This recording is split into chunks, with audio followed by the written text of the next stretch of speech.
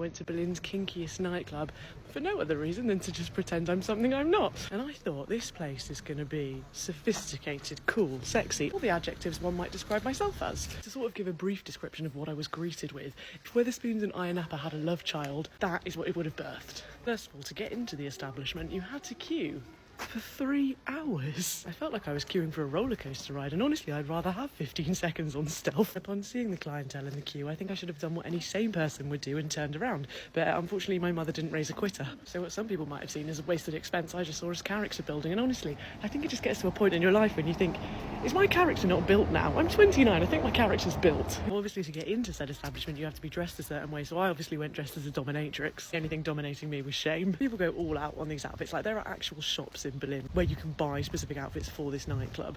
And what was the most interesting difference is the way that men and women dressed. All the women had spent what I can only guess was about £100 on their outfits. Every single woman in that nightclub could have been a model, my good self included. And then there's the men. On average, I would hazard a guess that the women spent about 3 hours getting ready.